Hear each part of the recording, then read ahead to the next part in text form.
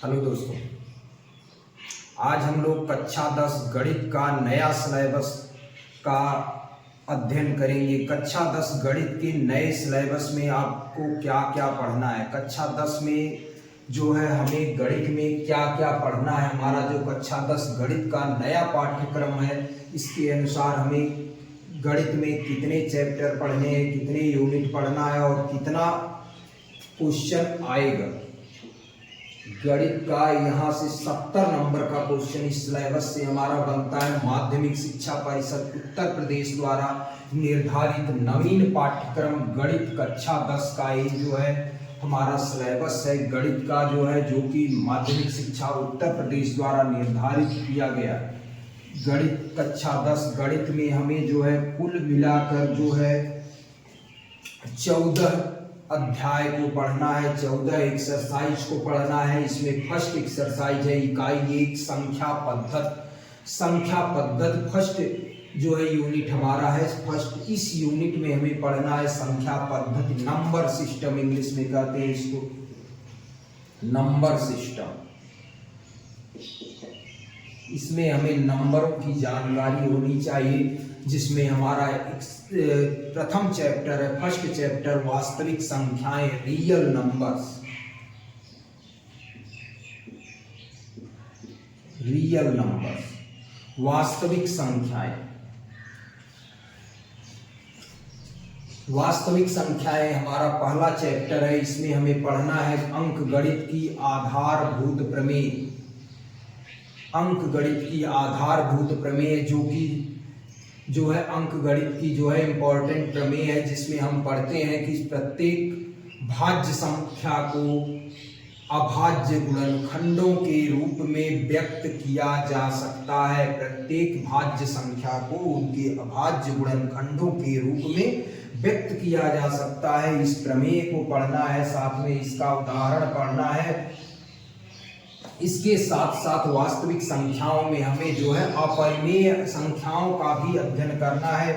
अपरिमेय संख्याओं में हमें पढ़ना है करणी में 2, करणी में 3, करणी में 5 अपरिमेय संख्याएं हैं और इनका जो है हमें सत्यापन करना है। अपरिमेय संख्याओं को पढ़ना है, साथ में इन अपरिमेय संख्याओं का सत्यापन भी हमें पढ़ना है, मतलब सिद्ध करना है कि करणी में 2, करणी में 3, करणी में 5 अन्य संख्याएं जो है ऐसे जो है कुछ और एग्जाम्पल है, इसको हमें सिद्ध करना है कि ये अपरिमेय संख्याएं। दूसरा यूनिट 2 है हमारा जो है इकाई 2 जो है बीजगणित, अलजेब्रा।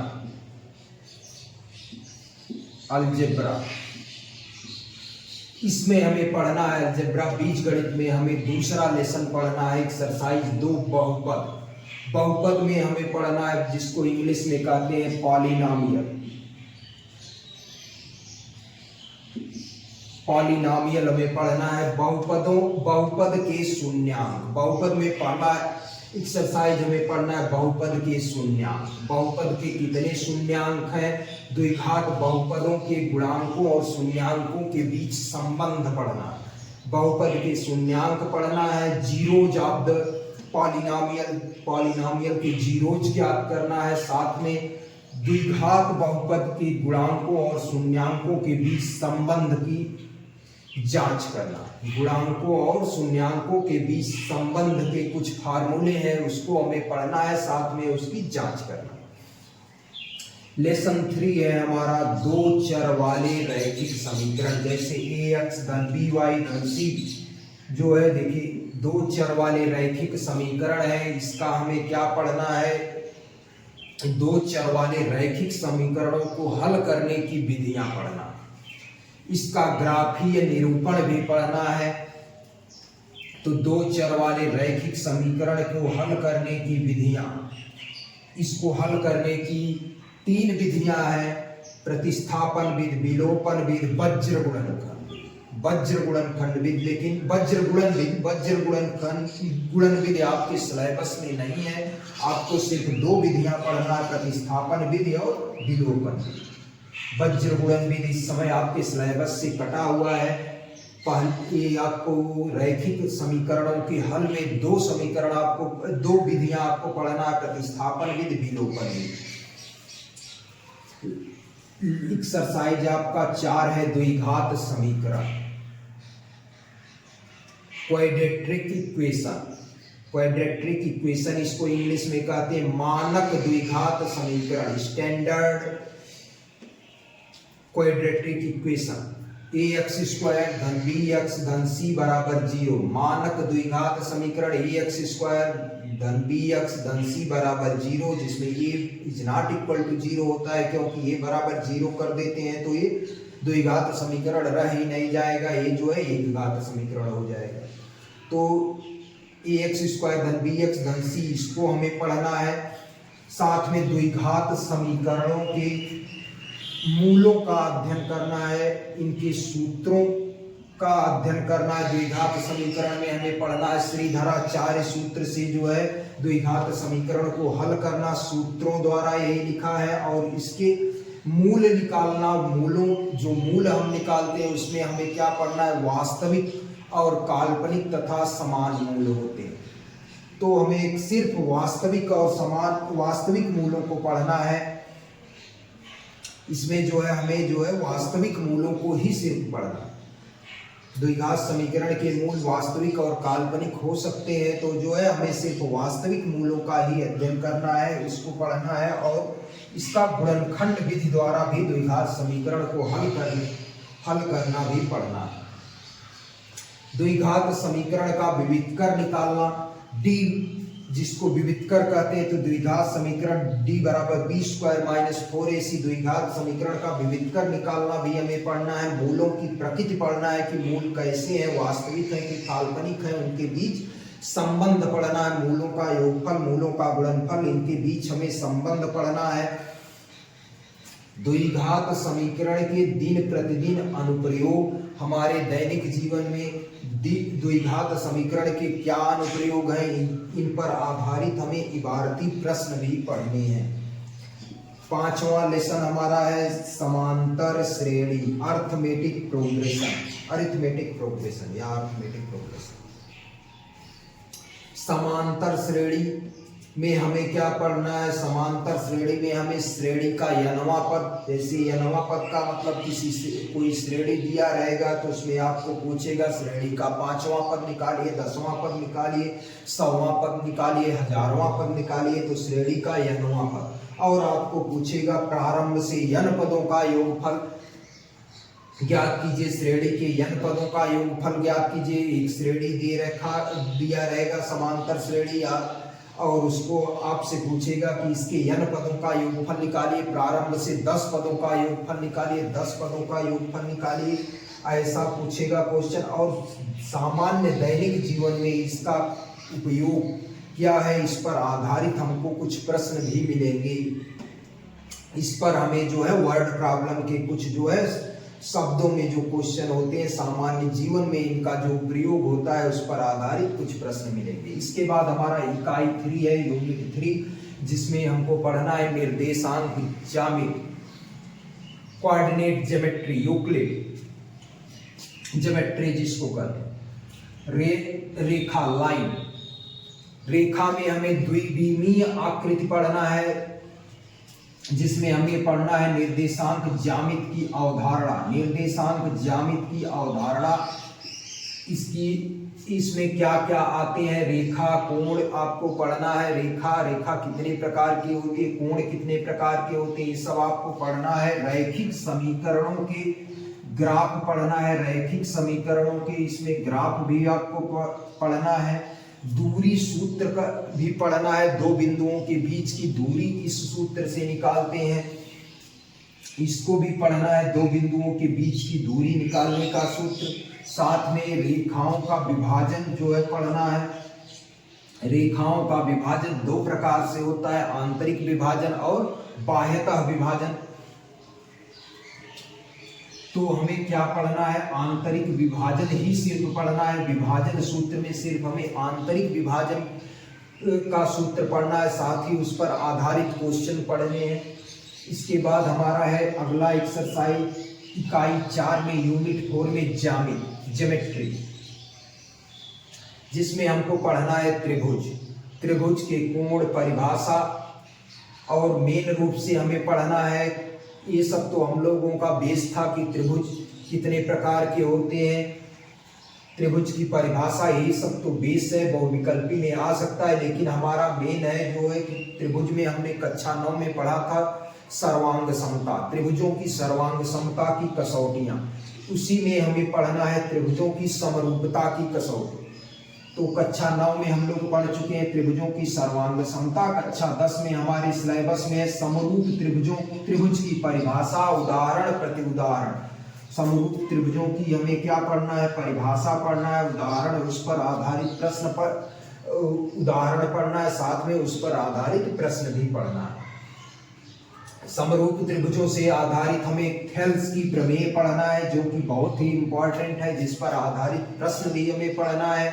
थेल्स की प्रमेय पर आधारित प्रश्न और थेल्स की प्रमेय का विलोम भी पढ़ना है और समरूपता भी पढ़ना है। दो त्रिभुजों की को समरूप होने की क्या शर्तें हैं, उसकी चारों प्रमेय पढ़ना है, चारों शर्तों की प्रमेय पढ़ना है, साथ ही उस पर आधारित क्वेश्चन पढ़ना है। जैसे हम कक्षा 9 में पढ़े थे, जो है दो त्रिभुजों के सर्वांग सम होने की 4 कसौटियां हैं, side angle, side angle, side angle, side side side side side side और RHS। ये जो 4 कसौटियां पढ़े थे, ऐसे समरूपता की भी 4 कसौटियां हैं, इसको भी हमें पढ़ना है। जैसे कक्षा 9 में था सर्वांग समता की 4 कसौटियां, वैसे समरूपता की भी 4 कसौटियां हैं, इसको हमें पढ़ना है। तो त्रिभुज में हमें थेल्स प्रमेय पढ़ना है, थेल्स प्रमेय का विलोम पढ़ना है, समरूपता की 4 कसौटियां पढ़ना है और इस पर आधारित प्रश्न भी हमें पढ़ना है। इसके बाद हमें इकाई 4 में ही लेसन एक्सरसाइज 8 में हमें पढ़ना है, पाठ 8 में या लेसन 8 में वृत्त, सर्किल जिसको इंग्लिश में कहते हैं सर्किल, वृत्त। वृत्त में हमें स्पर्श रेखा, वृत्त की स्पर्श रेखा और स्पर्श बिंदु पढ़ना है। वृत्त की स्पर्श रेखा और स्पर्श बिंदु पढ़ना है, इस पर आधारित 2 प्रमेय भी हमें पढ़ना है। वृत्त की स्पर्श रेखा स्पर्श बिंदु से जाने वाली त्रिज्या पर लंब होती है। वृत्त की स्पर्श रेखा स्पर्श बिंदु से जाने वाली त्रिज्या पर लंब होती है। दूसरी प्रमेय हमें पढ़ना है, किसी बाह्य बिंदु से खींची गई 2 स्पर्श रेखाओं की लंबाइयां बराबर होती है। किसी बाह्य बिंदु से खींची गई 2 स्पर्श रेखाओं की लंबाइयां बराबर होती है, ये भी प्रमेय पढ़ना है, इस पर आधारित प्रश्न भी पढ़ना है। इकाई 5 त्रिकोणमिति है। यूनिट 5 में हमें पढ़ना है त्रिकोणमिति। त्रिकोणमिति में हमें पढ़ना है त्रिकोणमिति का परिचय। त्रिकोणमिति मतलब 3 कोणों से घिरी हुई आकृति का मापन करना ही त्रिकोणमिति कहलाता है। तो इसका हमें परिचय पढ़ना है। इसमें त्रिकोणमितीय समकोण त्रिभुज के न्यून कोणों के त्रिकोणमितीय अनुपात पढ़ना है। समकोण त्रिभुज के न्यून कोणों के त्रिकोणमितीय अनुपात पढ़ना है। त्रिकोणमितीय अनुपातों के मान पढ़ना है। 0 degree, 30 degree, 45 degree, 60 degree, 90 degree के हमें मान याद करना एवं उनके बीच संबंध भी हमें ज्ञात करना है। तो हमें पता है कि इसमें हमें एक त्रिकोणमिति 6 अनुपात पढ़ना है। साइन, कास, टैन, काट, सेक और कोसेक के 6 त्रिकोणमिति अनुपात पढ़ना है और उनके बीच संबंध भी पढ़ना है। और इनके त्रिकोणमिति अनुपातों के मान sine 0, sine theta, cos theta, tan theta, cot theta, cot theta, sec theta, cosec theta, ये 6 त्रिकोणमिति अनुपात हैं। इन सब का हमें मान पढ़ना है। और इसी में हमें पढ़ना है त्रिकोणमितीय सर्वसमीकाएं।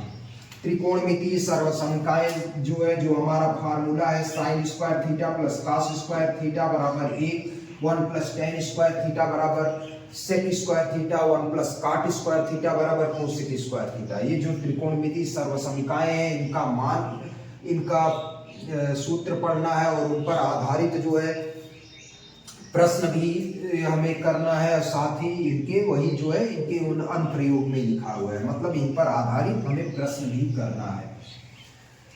पूरक कोणों के त्रिकोणमितीय अनुपात भी पढ़ना है। इसी में हमें पूरक कोणों के त्रिकोणमितीय अनुपात भी पढ़ना है। और त्रिकोणमिति के अनुप्रयोग लेसन 10 है हमारा, एक्सरसाइज 10 त्रिकोणमिति के अनुप्रयोग, जिसमें हमें पढ़ना है ऊंचाई और दूरी, हाइट एंड डिस्टेंस, जिसमें हमें पढ़ना है उन्नयन कोण, अवनमन कोण, ऊंचाई दूरी पर आधारित इबारती प्रश्न। इसमें हमें पढ़ना है ऊंचाई और दूरी में दो बिंदु, इसमें हमें उन्नयन कोण पढ़ना है, अवनमन कोण क्या होता है, ऊंचाई दूरी पर आधारित कुछ प्रश्न भी हमें करना है।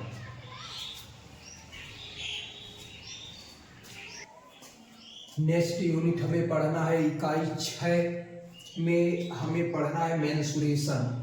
लेसन 11 इकाई 6 में हमें पढ़ना है मेंसुरेशन, जिसमें हमें पढ़ना है वृत्तों से संबंधित क्षेत्रफल। वृत्तों से संबंधित क्षेत्रफल, एरिया ऑफ सर्किल। वृत्तों से संबंधित क्षेत्रफल हमें पढ़ना है, जिसमें हमें पढ़ना है वृत्त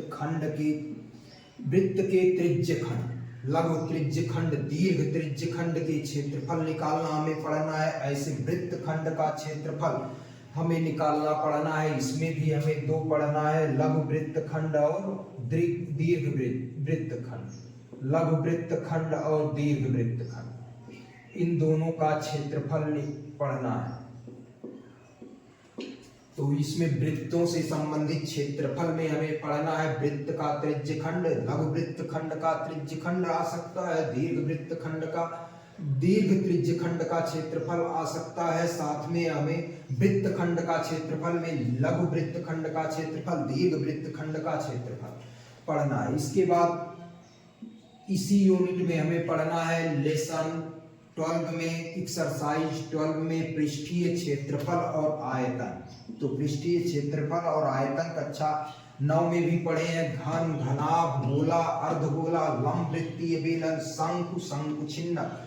इसका जो है हमें आयतन और पृष्ठीय क्षेत्रफल पढ़ना है। पार्श्व पृष्ठीय क्षेत्रफल, कुल पृष्ठीय क्षेत्रफल और आयतन हमें सभी का पढ़ना है। घन, घनाभ, गोला, अर्धगोला, लंब वृत्तीय बेलन, शंकु, शंकुचिन्ह, ये सभी आपके सिलेबस में है। इनका पृष्ठीय क्षेत्रफल और आयतन हमें पढ़ना है कक्षा 10 में भी। इसके बाद इकाई 7 में सांख्यिकी और प्रायिकता, यूनिट 7 में हमें पढ़ना है सांख्यिकी और प्रायिकता, जिसमें हमारा लेसन 13 है, एक्सरसाइज 13, प्रश्नावली 13 में हमें पढ़ना है सांख्यिकी। सांख्यिकी में हमें पढ़ना है वर्गीकृत आंकड़ों का माध्य, वर्गीकृत आंकड़ों का माध्य निकालना, माध्यिका निकालना वर्गीकृत आंकड़ों की, और वर्गीकृत आंकड़ों का बहुलक निकालना। तो वर्गीकृत आंकड़ों का माध्य, माध्यिका तथा बहुलक निकालना हमें जो है पढ़ना है सांख्यिकी में। ये 3 हमें पढ़ना है, माध्य, माध्यिका और बहुलक सांख्यिकी, वो भी वर्गीकृत आंकड़ों।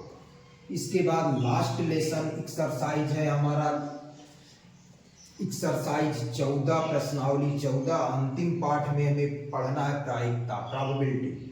प्रायिकता की सैद्धांतिक परिभाषा, प्रायिकता की परिभाषा क्या है, एकल घटना पर आधारित प्रश्न पढ़ना है।